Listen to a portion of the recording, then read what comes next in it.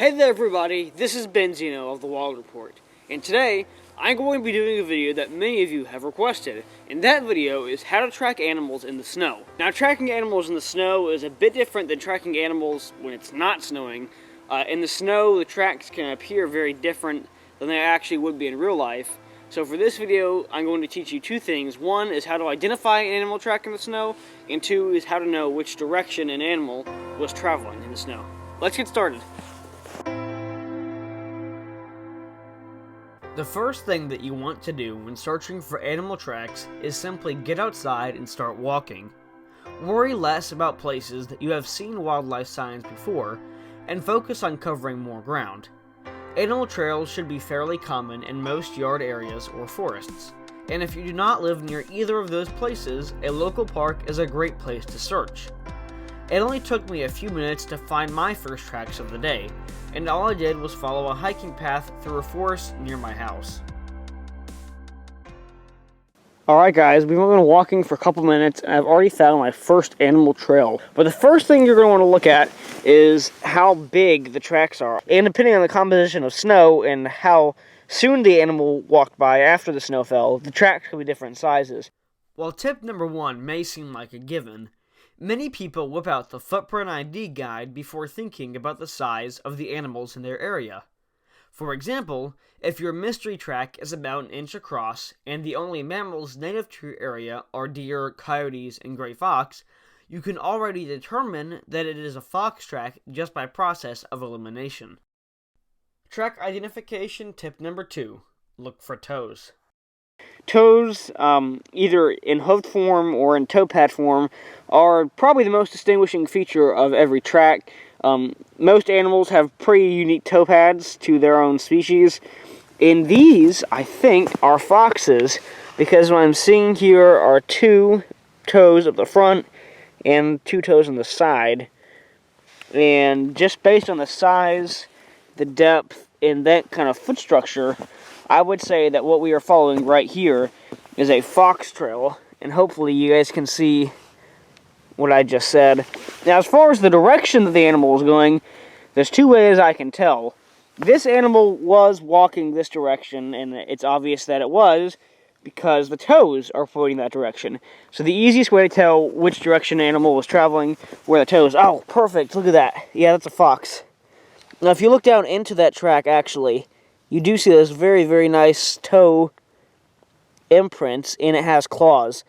Now, foxes, coyotes, any canines, they all have claws. Felines do not have claws present in their tracks because they walk with their claws retracted.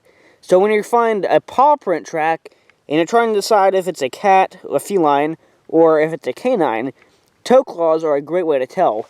So I would definitely say that this is the trail of probably a gray fox. Those are a lot more common than red foxes here. And you can see just right down there in these tracks, it has those four toes branching off of one pad. It's only a little above an inch in diameter, and claws are present. So that is a fox track. Now, as I've already mentioned, I can tell which way this fox was traveling because the toes are pointing in that direction. But if I did not see the toes, then I would use that indent at the front of the track up there to tell that the fox was traveling this direction. Tip number three: look for foot drag indents. So if you actually look down at this track, you can see that there's the foot, and there's this kind of cast-off in both directions. It forms almost a little valley, a very, very shallow valley in front of each of those footprints. It's a horseshoe shape, a little horseshoe-shaped valley in front of the footprints. And what that is when an animal steps in the ground, if the snow is deep enough, when they go forward, their foot will slide past the snow and create an indent in front of their track. So I guess that's a pretty good example. Obviously, if this was a footprint, those would be the toes, so you know it's going that direction. But if you could not see the toes in that footprint, you could see that little valley in the front. I call that the horseshoe valley whenever I'm looking at footprints. That's not the official name, that's just what I call it. So the horseshoe valley will always point the direction that the animal was traveling in.